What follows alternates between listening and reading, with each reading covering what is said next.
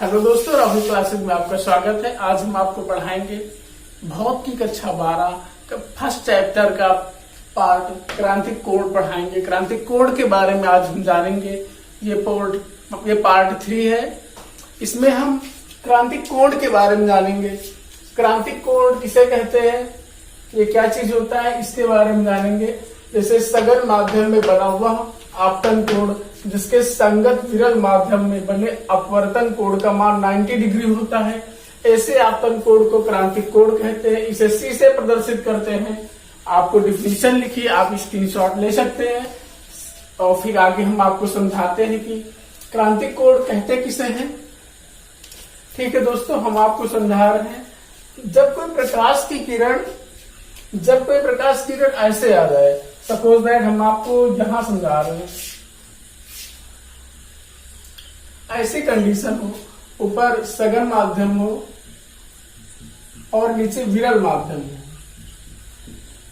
तो हम जानते हैं जब कोई प्रकाश की किरण सघन माध्यम से विरल माध्यम में जाती है तो अब ये मान लीजिए अभिलंब है, तो अभिलंब से दूर हट जाती है।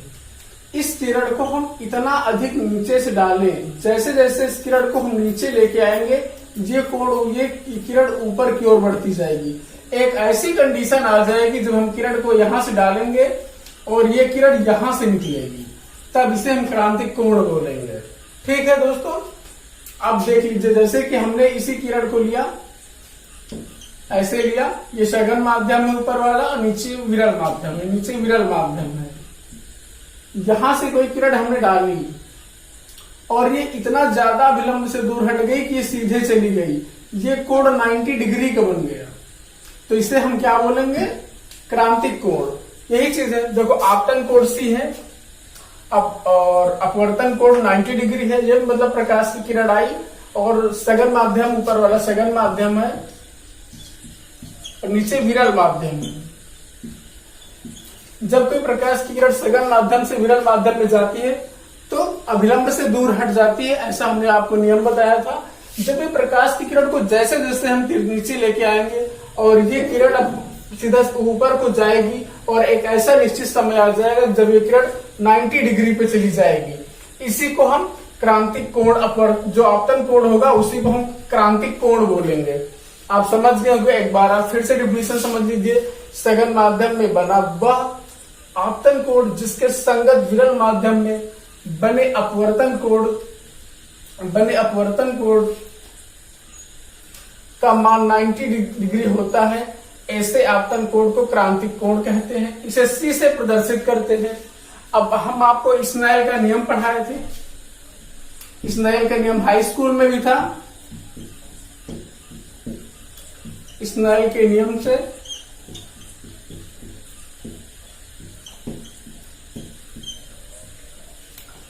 हमने स्नेल के नियम से, अब आपको हम ये बता रहे हैं, स्नेल के नियम से sine I upon sine R equal to 1 पहले माध्यम के सापेक्ष दूसरे माध्यम का अपवर्तनांक, ये स्नेल का नियम से आया है। आप समझ गए होंगे। इसी पे हमने रख दिया आपतन कोण साइन सी है तो साइन सी रख दिया, अपवर्तन कोण 90 डिग्री है तो आर की जगह पर हमने 90 डिग्री रख दिया और पहले माध्यम के सापेक्ष दूसरे माध्यम का अपवर्तनांक या सघन माध्यम के सापेक्ष विरल माध्यम का अपवर्तनांक। यदि आर बराबर 90 डिग्री हो, यदि आर बराबर 90 डिग्री हो, ये जो अपवर्तनांक है, अपवर्तन कोण है, यदि 90 डिग्री हो, तब हमने साइन की जगह पे 90 डिग्री रख दिया है। अब आगे हम आपको समझाते हैं।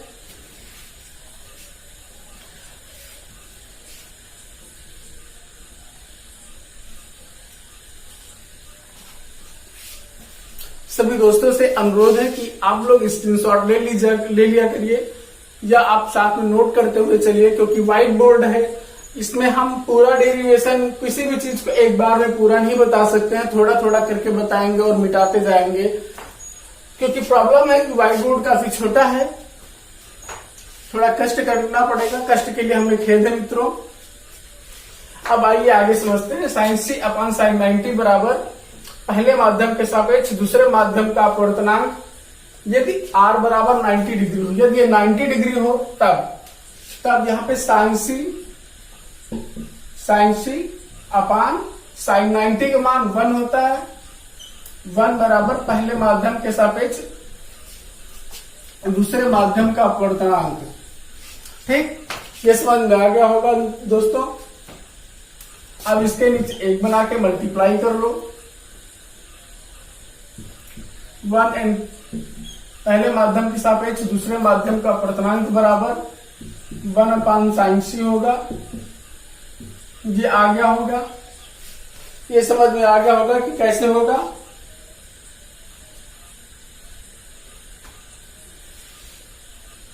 सॉरी,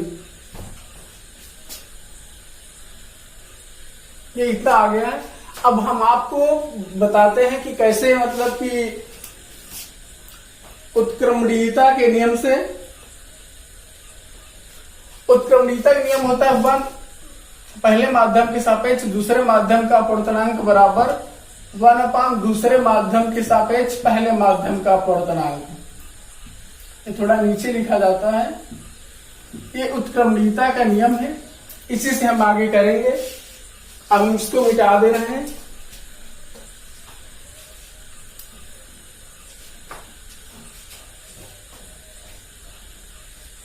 उत्क्रमणीयता का नियम लगा देंगे तो साइन सी बराबर 1 अपान 2n1 हो जाएगा। ये समझ में आ गया होगा।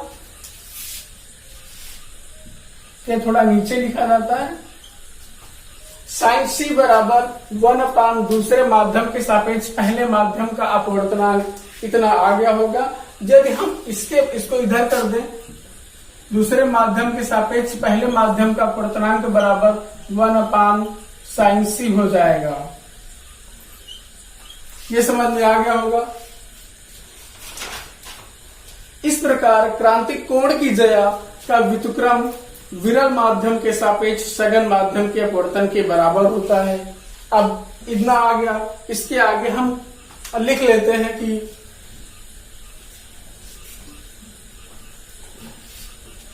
एक लाइन में छोटी सी लिखना पड़ता है। इस प्रकार क्रांतिक कोण की ज्या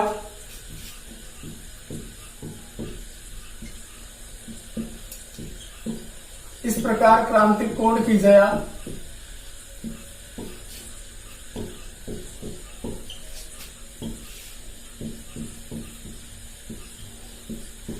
इस प्रकार मित्रों क्रांतिक कोण की ज्या का व्युत्क्रम विरल माध्यम के सापेक्ष ज्या का व्युत्क्रम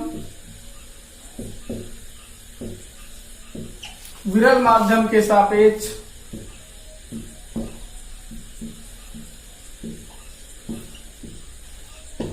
विरल माध्यम के सापेक्ष विरल माध्यम के सापेक्ष सघन माध्यम के अपवर्तन के बराबर होता है। सघन माध्यम के अपवर्तन के बराबर होता है। सघन माध्यम के अपवर्तन के बराबर होता है।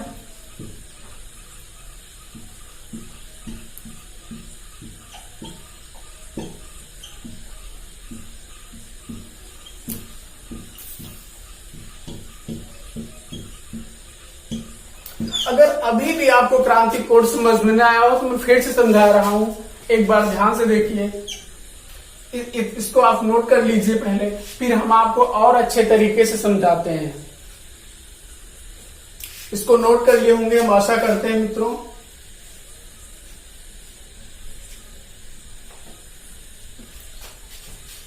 बहुत गर्मी है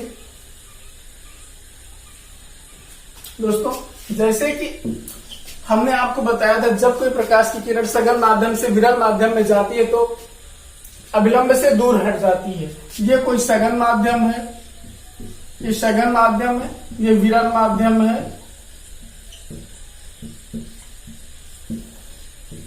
मान लीजिए कोई सघन माध्यम से किरण आई और ये विरल माध्यम में आई तो अभिलंब से दूर हट जाएगी। ठीक है। अब हम इस किरण को इतना नीचे लेके डालें, ऐसे किरण को डालें कि ये किरण इतना ऊपर उठ जाए कि 90 डिग्री पे जाने लगे। सपोज दैट यहां पे हमने मान लिया ये किरण हमने ऐसे डाली और ये किरण यहां पे आने के बाद और ये किरण यहां चली गई, बीच में 90 डिग्री का कोण बन गया। इसी को हम क्रांतिक कोण जो 90 डिग्री कोण बन जाता है, इसी के जो अपवर्तन कोण बनेगा, इसको हम क्रांतिक कोण बोलेंगे, इस वाले को क्रांतिक कोण बोलेंगे। आपको समझ में क्रांतिक कोण आ गया होगा, हम आशा करते हैं कि आप समझ गए होंगे। अब आपको हम आगे बताएंगे पूर्ण आंतरिक परावर्तन। अब पूर्ण आंतरिक परावर्तन क्या होता है, इसके बारे में हम आपको बताएंगे। इससे पहले पूर्ण आंतरिक परावर्तन के बारे में कुछ चीजें जानना जरूरी है। अब आपको बहुत आश्चर्य होता होगा कि हीरा इतना चमकदार क्यों होता है। हीरे को आपने हीरा देखा होगा, नहीं देखा होगा, फिल्मों में देखा होगा, पिक्चर में देखा होगा, फोटो देखा होगा हीरे का। आपने हीरे को देखा होगा कहीं किसी भी स्थान में रख दिया जाए, अगर हल्की सी भी उसमें लाइट पड़ती है तो बहुत तेजी से चमकने लगता है। आखिर ऐसा क्या होता है उसमें जो इतने तेज चमकने लगता है? आप मन में सोचे होंगे, कल्पना करिए ऐसा क्या होता है जो हीरा इतने तेज चमकने लगता है। इसका कारण यही है कि हीरे में पूर्ण आंतरिक परावर्तन होता है। हीरे के अंदर प्रकाश की किरण जाती है, उसके अंदर इतना अधिक बार बार परावर्तन होता रहता है, उसके अंदर अपवर्तन होता रहता है, इसीलिए वो हीरा इतना अधिक चमकदार दिखाई देता है। अब आगे इससे पहले पूर्ण आंतरिक परावर्तन होता है उसके अंदर। अब पूर्ण आंतरिक परावर्तन है क्या चीज, ये चीज जानना बहुत जरूरी है। अब पूर्ण आंतरिक परावर्तन के बारे में मित्रों हम आपको बताते हैं। जब आपतन कोण का मान क्रांतिक कोण से अधिक होता है, पहले लिख लीजिए क्रांतिक पूर्ण आंतरिक परावर्तन, पूर्ण आंतरिक परावर्तन की हेडिंग डाल लीजिए, पूर्ण आंतरिक परावर्तन। इसमें लिखना है जब आपतन कोण का मान क्रांतिक कोण से अधिक होता है। जब आपतन कोण का मान जब आपतन कोण का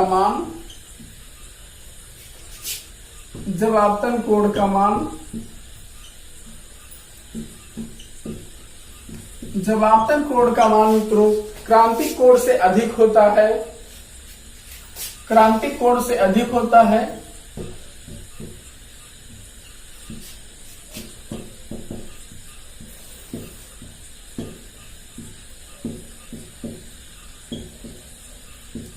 जब आपतन कोण का मान क्रांतिक कोण से अधिक होता है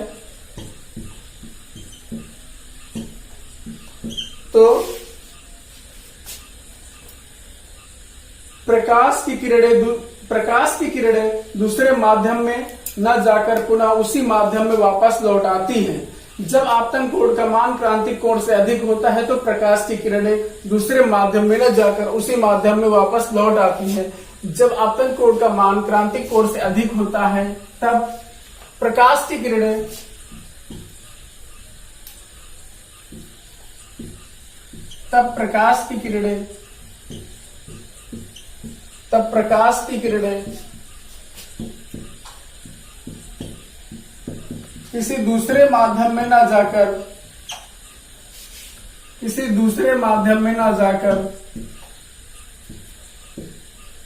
किसी दूसरे माध्यम में न जाकर उसी माध्यम में लौट आती हैं, उसी माध्यम में लौट जाती हैं,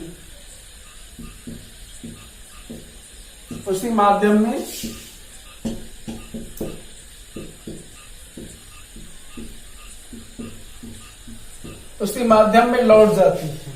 ठीक है, इस घटना को पूर्ण आंतरिक परावर्तन कहते हैं।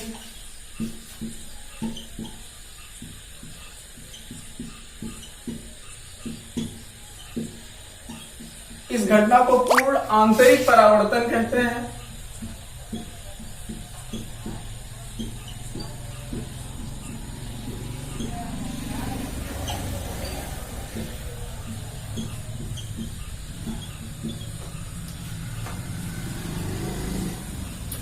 जब क्रांतिक कोण का मान, जब आपतन कोण का मान क्रांतिक कोण से अधिक होता है तो प्रकाश की किरणें किसी दूसरे माध्यम में न जाकर उसी माध्यम में लौट आती हैं, इसे क्रांतिक कोण कहते हैं।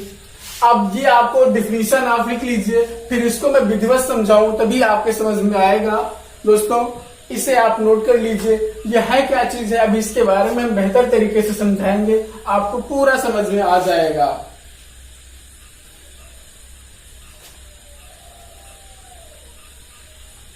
इसको हम रफ करते हैं।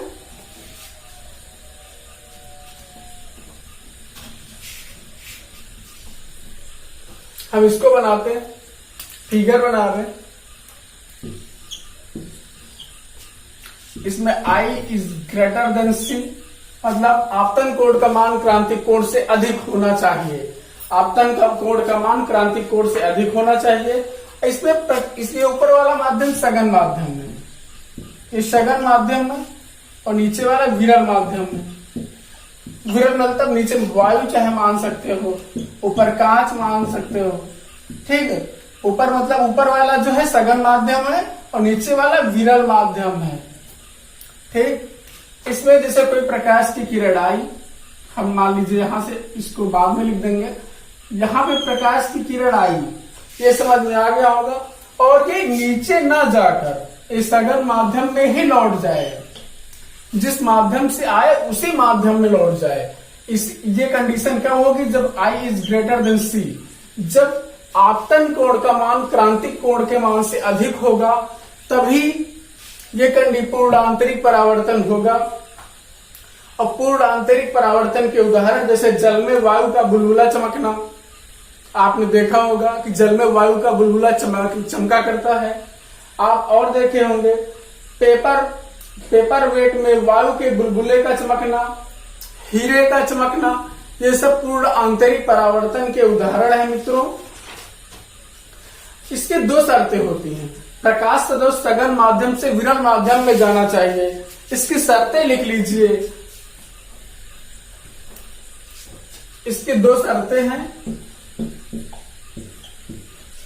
प्रकाश सदैव सघन माध्यम से विरल माध्यम में जाना चाहिए। सघन माध्यम से प्रकाश सदैव सघन माध्यम से विरल माध्यम में ही जाना चाहिए।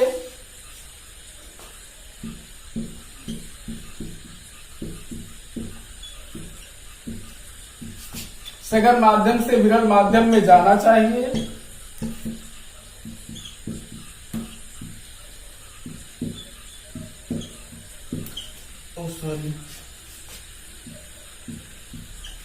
और दूसरी कंडीशन और इसकी होती है कि आपतन कोण का मान सदैव क्रांतिक कोण से अधिक होना चाहिए। जैसा कि हम पहले भी बता चुके हैं, इसमें आपतन कोण का मान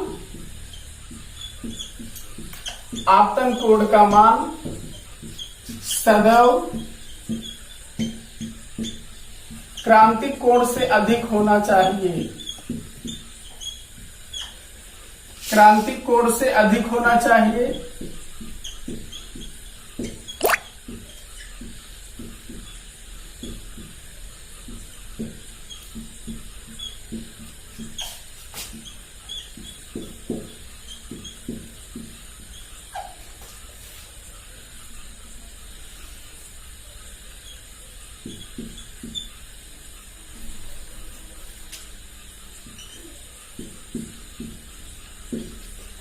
आपको पता चल गया होगा कि कब किस कंडीशन में पूर्ण आंतरिक परावर्तन होता है, पूर्ण आंतरिक परावर्तन के लाभ क्या हैं। आपको सब पता चल गया। हीरा इसीलिए हमें चमकता हुआ दिखाई देता है क्योंकि पूर्ण आंतरिक परावर्तन के कारण ही हीरा हमें चमकता हुआ दिखाई देता है। आपको पता चल गया होगा। अब आप लोगों से विनम्र निवेदन है कि हमारे चैनल को प्लीज लाइक एंड सब्सक्राइब जरूर करिए। अब आपको इसके बाद हम बताएंगे,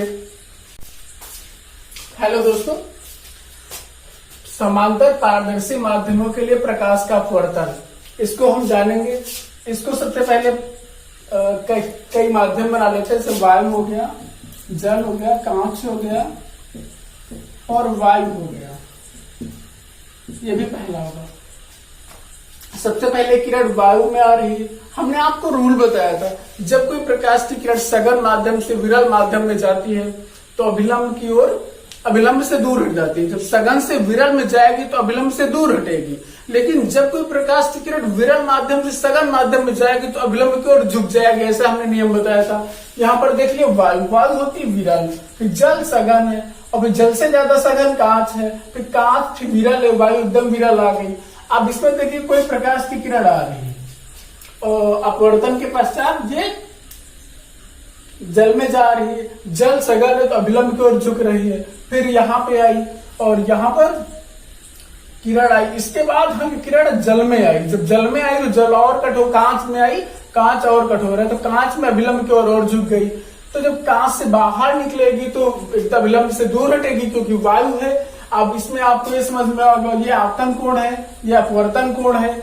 ऐसे जो अभिलंब खींचेंगे और ये किरण यहाँ पे आएगी, जब इसका अभिलंब खींचेंगे तो ये दोनों कोण एकांतर कोण हो जाएंगे, और उसी तरह जब नीचे खींचेंगे तो ये दोनों कोण आपस में एकांतर कोण हो जाएंगे, और एकांतर कोण आपस में बराबर होते हैं, आपको पता है। और ये किरण यहां से निकल जाएगी। अब इसमें 3 माध्यम है, वायु जल कांच, पहले तथा दूसरे। अब इसकी हेडिंग आप नोट कर लीजिए, समांतर पारदर्शी माध्यमों के लिए प्रकाश का अपवर्तन। इसके अंदर हम पूरा आपको टॉपिक पढ़ाएंगे। आपको हमने स्नेल का नियम बताया था, नहीं बताया तो हाई स्कूल में पढ़ा होगा कि 2 माध्यमों के लिए एक रंग के प्रकाश के लिए आपतन कोण की जया तथा अपवर्तन कोण की जया का अनुपात एक नियतांक होता है। यही है स्नेल का नियम। अब मान लीजिए पहले माध्यम व दूसरे माध्यम के लिए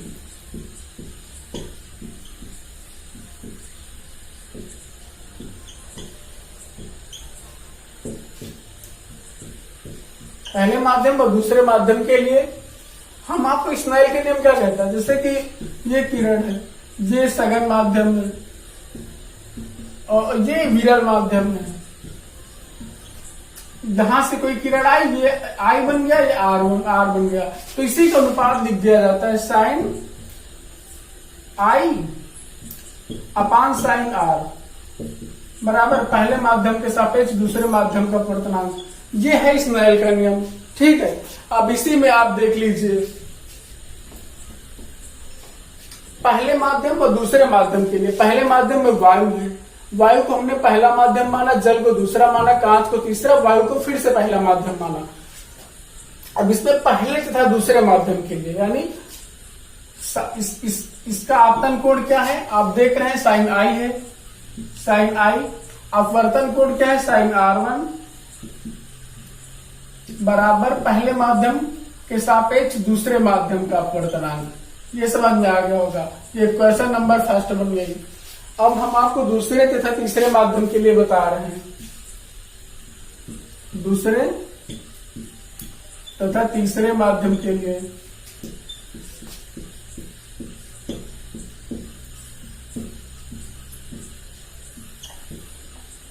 दूसरे तथा तीसरे माध्यम के लिए अब दूसरा माध्यम जल है, तीसरा माध्यम कांच है। दूसरा माध्यम जल है, तीसरा माध्यम कांच है।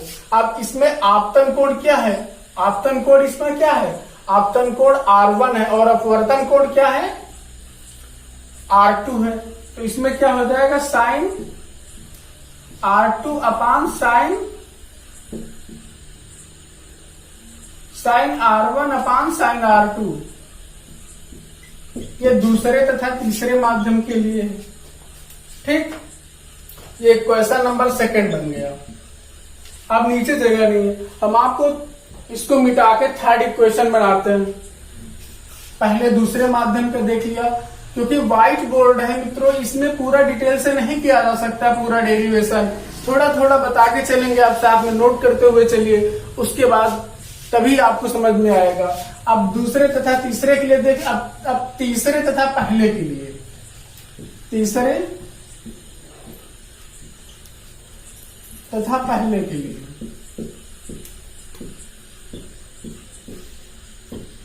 तीसरे तथा पहले के लिए।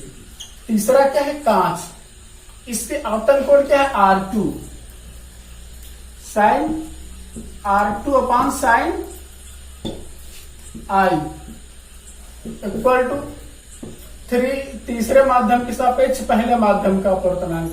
ये क्वेश्चन नंबर 3 आ गया। देखो तीसरे में कांच है, कांच के सापेक्ष वायु के तीसरे के सापेक्ष पहले का अपवर्तनांक, ये समझ में आ गया होगा। अब तीनों समीकरणों का आपस में गुणा कर देने पर, तीनों समीकरण को आपस में गुणा करने पर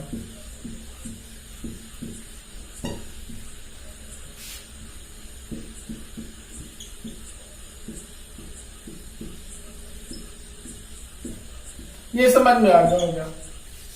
अब तीनों समीकरण जो इसके पहले बने थे और इसको मिला के आपस में गुणा कर दिया जाएगा। अब इसको नोट कर लीजिए, फिर आगे से लिखते हैं।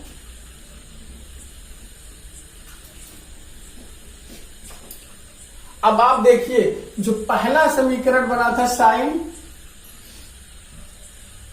आई upon sine R1 multiply sign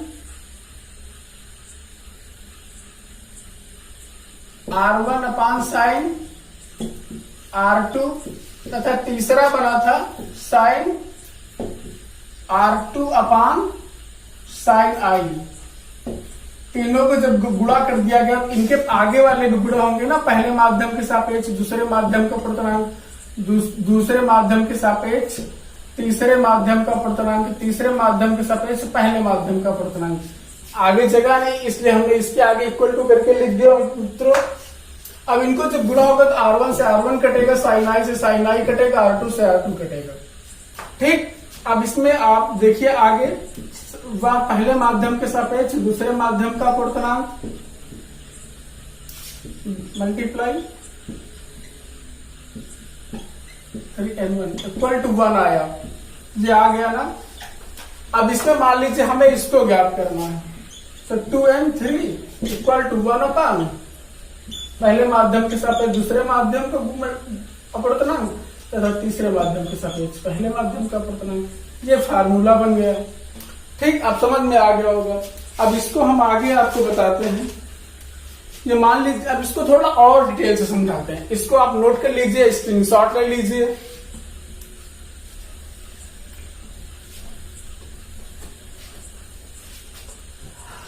अब जानते हैं कि पहला माध्यम क्या है, वायु। वायु को हम क्या बोलते हैं इंग्लिश में, एयर। एयर को हम ऐसे डिनोट करते हैं। और दूसरा माध्यम क्या है, सेकंड माध्यम का जल है। जल को इंग्लिश में क्या बोलते हैं, वाटर। वाटर का पहला अक्षर W ले लीजिए। और तीसरा माध्यम क्या है, कांच।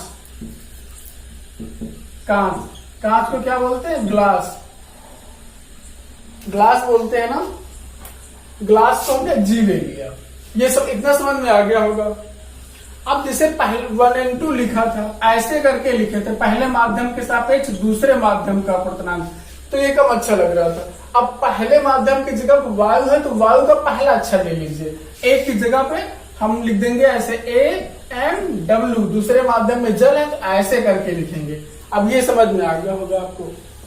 हमारे पास क्या आया था, हमने जब इसको निकाला था, 1 पहले माध्यम के सापेक्ष दूसरे माध्यम का अपवर्तनांक, दूसरे माध्यम के सापेक्ष तीसरे माध्यम का अपवर्तनांक, तीसरे माध्यम के सापेक्ष पहले माध्यम का अपवर्तनांक इक्वल टू 1 आया।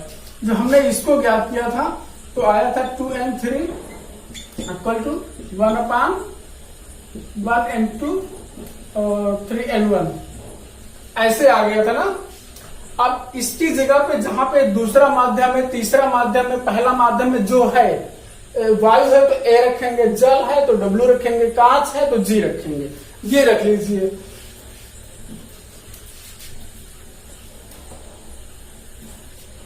अब जैसे यहां पे दूसरा तथा तीसरा माध्यम, दूसरा माध्यम जल है तो WN और तीसरा में क्या है, कांच, WNG इक्वल टू 1 अपान पहले माध्यम के साथ दूसरे माध्यम का अपवर्तनांक। पहला माध्यम क्या है, वायु।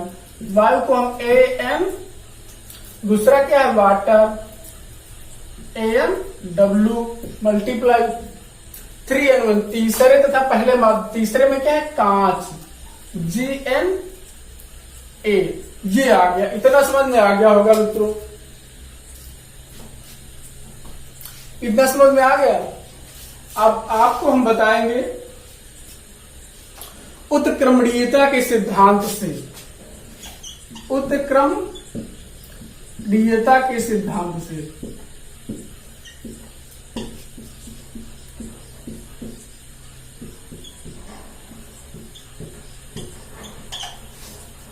उत्क्रमणीयता के सिद्धांत से बताएंगे। उत्क्रमणीयता का सिद्धांत जानते हो क्या होता है? जैसे GNA है, GNA बराबर टू 1/ANG, यही है उत्क्रमणीयता का सिद्धांत। ये समझ में आ गया होगा। अब जैसे हमने लिखा WNG बराबर ANW GNA, इसको उत्क्रमणीयता के सिद्धांत से अगर ज्ञात करना हो तो कैसे क्या होगा? WNG, इसको ठीक से लिखते हैं, WNG equal to ANG upon ANW, ANG upon ANW, यही हो गया। ये डेरिवेशन प्रूव्ड हो गया। मित्रों, वीडियो को लाइक और शेयर करना मत भूलना। हमें उम्मीद है कि आपको पूरा डेरिवेशन समझ में आया होगा। अगर नहीं आया तो कमेंट करके बताइएगा, हम दोबारा आपको वीडियो बताएंगे और अच्छे से बताएंगे। लेकिन प्लीज वीडियो को लाइक एंड सब्सक्राइब जरूर करिएगा। हमें आप लोगों से बहुत प्यार मिला है, हमें काफी सब्सक्राइबर बढ़े हैं और हमें और ज्यादा प्यार मिले, हम आपसे ऐसा उम्मीद करते हैं। Thank you.